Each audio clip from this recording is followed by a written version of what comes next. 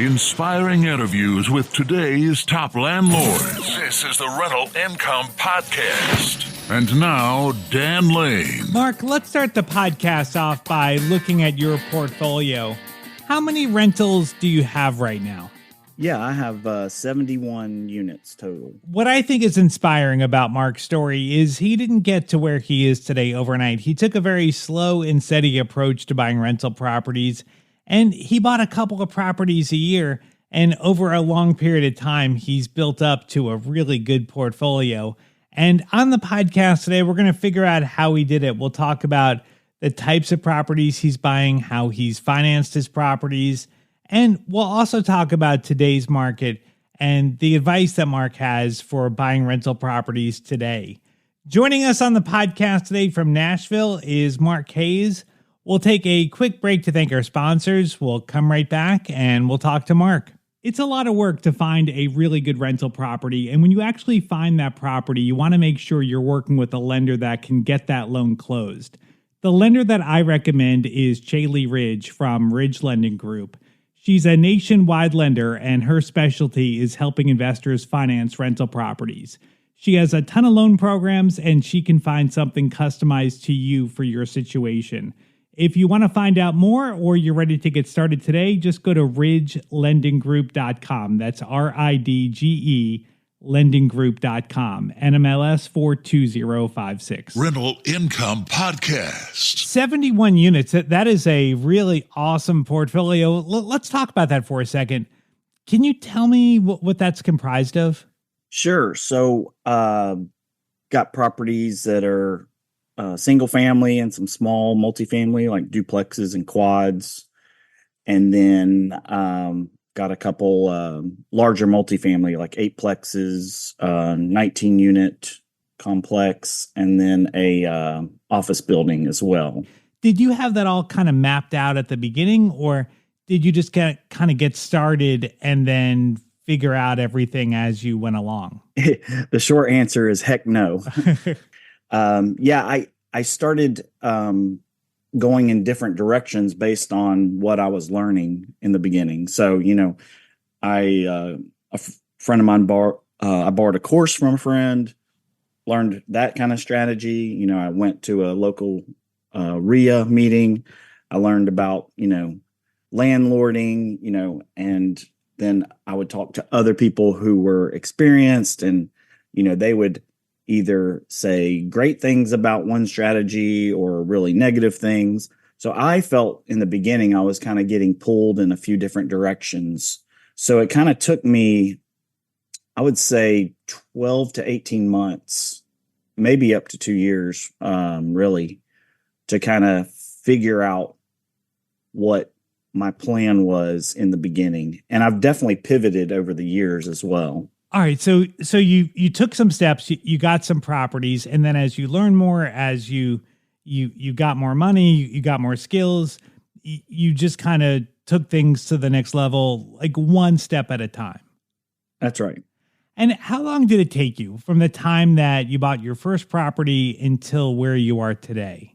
I bought my first property in August of 2002, and I still own that property. It's August of 2024. So that was 22 years ago. All right. So I think that's an important thing to point out, that this isn't a get rich quick story. This is putting in the time, putting in hard work. And now after 22 years, you're where you are today. That's right. Yeah. There's definitely some periods where I was doing a lot more work, and in different types of work, I would say. I used to manage my own property, do my own bookkeeping, manage the renovations, so I was very active and involved. And as time has gone by and as my business has grown, I've delegated more things out where I can oversee things more. Mm-hmm. Now, let's talk about the market for a second, because I feel like a lot of people today feel like they're stuck because they think prices are too high or the interest rates are high. You've invested over 22 years. I mean, that's a lot of different markets. I mean, the market even 5 years ago is different than the market today. And I'm sure the market 5 years from now will be different than the market is right now. Like, what advice would you have to someone that maybe wants to grow their portfolio or wants to get that first or second rental property to get started with the challenges that we have today? My advice is there's always deals out there. It doesn't matter what market, because doing this for 22 years, I've bought in every type of market. So there's always deals out there, and the reason is because, and in the residential world, there's always motivated sellers. Now, there's different cycles where it might be a little tougher to get deals, might take a little more work and effort. And then there's some that might be a little easier. But yeah, overall, there's always deals out there. So yeah, that's should give everybody some hope and optimism. Yeah, I think that's true. I mean, there's always people out there that need to sell their property for whatever reason, and they're willing to sell it below market value. So, all right, well, let's go back to the very beginning. I want to figure out how you got to where you are today, but first, like, how did you even realize that this was possible? I mean, like, just being a guy that has an idea that he wants to buy rental properties to being where you are today with 77 doors. Like, how did you even know that getting 77 doors was possible? Yeah, so it's kind of funny how I got started, because I went back to my hometown over a Christmas break, and on my way out of town, I went to visit, a really good friend of mine, and this was, again, this would have been early or Christmas of 2001. And he was, I met him up at this house he had bought, and it was the second house he had bought. And he had only been out of college for a few years and never really had like what I call like a real job, and so I just had to ask him. I was like, how are you buying these properties? And so he basically just, I still remember this to this day. He sat down with this legal pad and just wrote out the basic deal on how he bought that property. And being an engineer and interested in finance, it really piqued my interest. And so he let me borrow the old cassette tapes of Carlton Sheets that used to be on the late night TV advertising. So I listened to that for the 5-hour drive back here to Nashville, and I was hooked. All right, so you decide you're going to do this. What was your first deal? Like, what was the first property you bought? Yeah, so the backstory is, I started just calling ads out of the newspaper back then, ones that said handyman special or sold as is, and I just, was trying to meet other people that were also in the business. So I came across a guy, Steve Fouché, who he was just a couple years older than me, in his 20s, very confident, and was doing this business and doing well. And so I asked him, hey, can I shadow you for a day? I kept calling him and asking him questions. He was always very helpful. And so this property came along that he bought, and he was he just called me up and said, hey, I've got this property. I've got a couple other projects going on. I'll wholesale it to you. And, and it had that little in-law apartment in the back. So, being a first-time home buyer and having good credit, I was able to get an FHA loan since I was going to live in it. And then we, worked it out where I had some funds to be able to do some basic, cosmetic renovations to it as well to get it rent ready. All right. So a small down payment, FHA loan. How much did you buy the property for?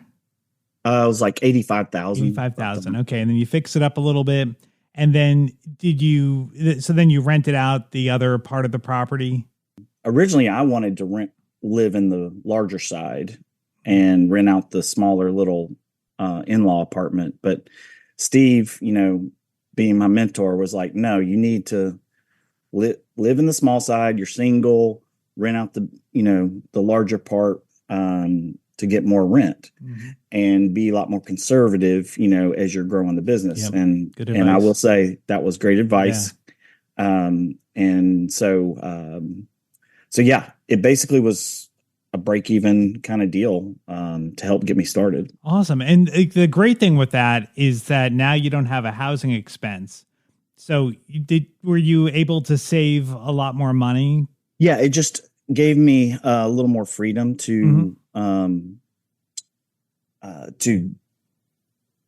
be able to have more time to be able to run and get my business going. Because at the time I was just freelancing and doing a few other little odd, seasonal or odd end jobs to kind of just meet my basic expenses, but also gave me the flexibility and time to work on getting my real estate business up and going.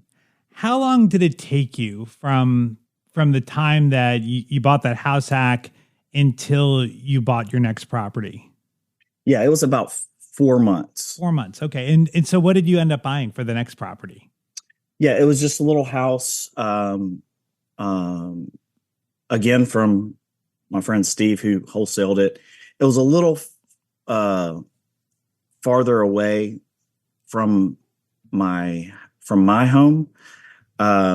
So I did learn a lesson there, to kind of, for something that I was wanting to be active in managing myself, and that I should have probably bought something a little closer at first. But yeah, so it was just a single family home, and I did what's called a lease purchase, like a rent to own to someone. And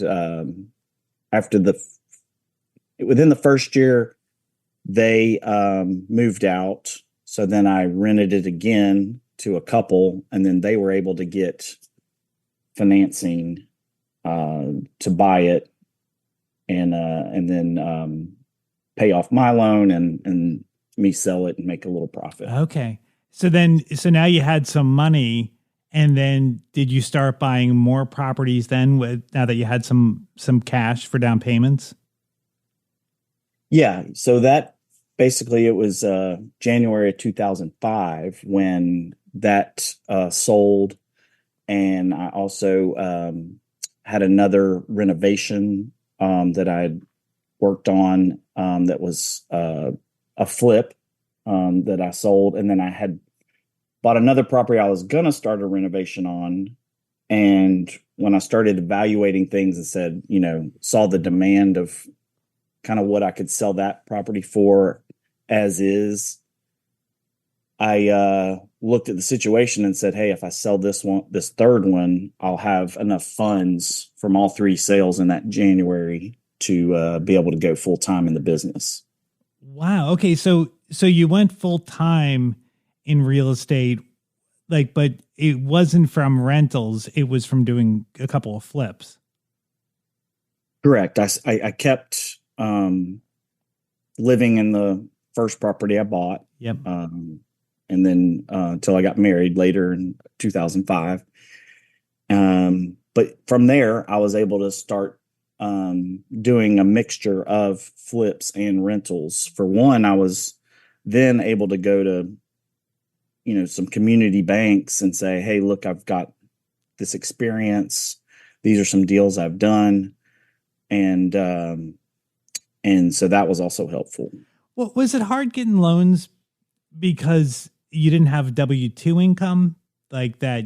You just had money from selling properties. Was it difficult to get loans? I realize this is 2005. It's a different world, but did you have any challenges with that? No, I mean, I did have some income, like I said, from some freelancing and when they look back at the past couple years tax returns, they were seeing, some income that I had, made, and then my credit was good also. Okay. So that was helpful. So then as far as like accumulating the properties you have today, was it just like slowly over time you're adding a few properties to your portfolio, or did you have a time when you bought a whole bunch of properties in a short period of time? Yeah, it was just a few at a time, and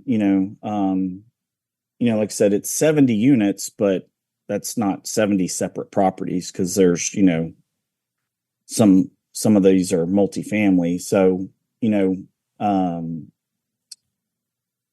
but yeah, what I started to evaluate when the new construction boom started to happen, land prices in this area where I had rentals, went up.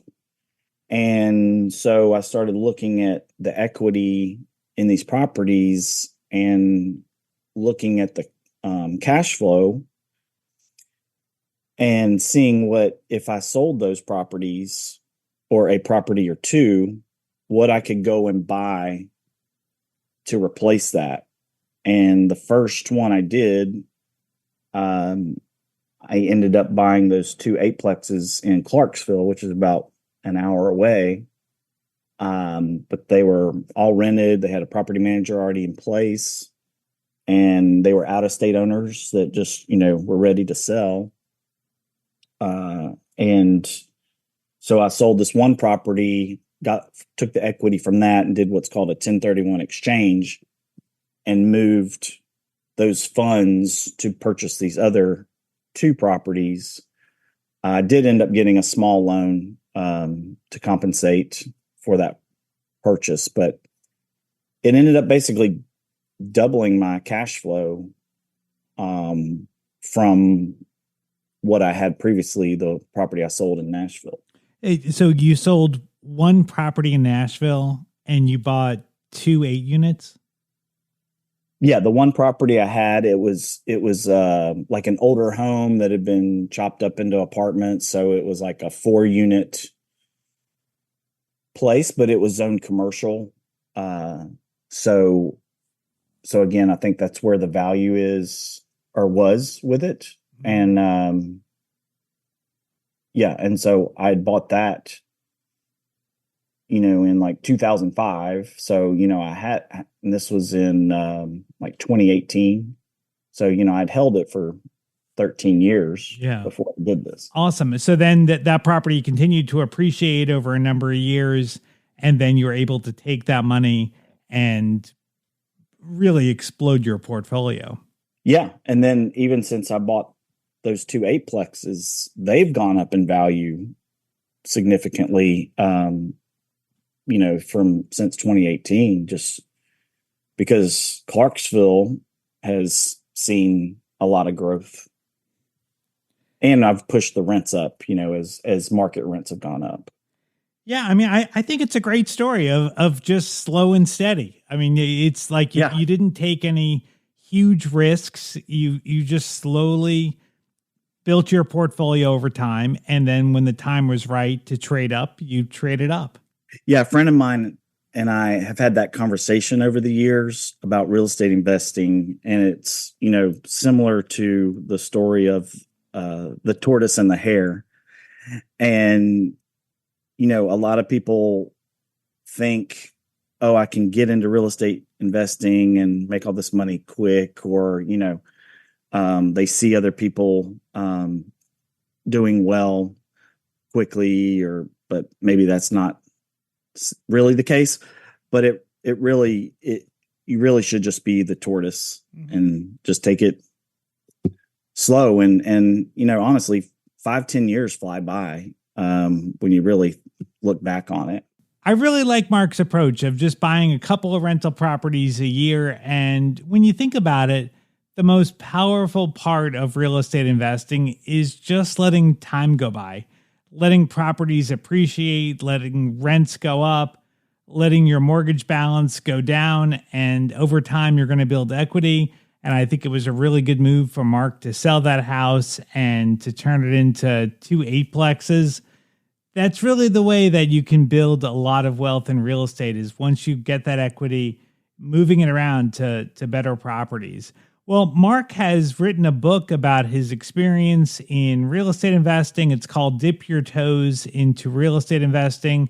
You can find it on Amazon, and I've got a link to the book on the website. You can find it at rentalincomepodcast.com/episode 483. I'd like to thank Chaley Ridge from Ridge Lending Group for sponsoring today's episode. If you're looking to buy your very first rental property or you want to add to your portfolio, reach out to Chaley Ridge. She's a nationwide lender. She has a ton of different loan programs, and she can find something that'll work for you in your situation. If you want to find out more or you want to set up a time to talk to Chaley, just go to ridgelendinggroup.com, NMLS 42056. Thank you so much for checking out the podcast today. Make sure you hit the follow button. I put out a new episode every single Tuesday, and if you're following the show, you'll get notified as soon as the next episode comes out. My name is Dan Lane, and this has been the Rental Income Podcast.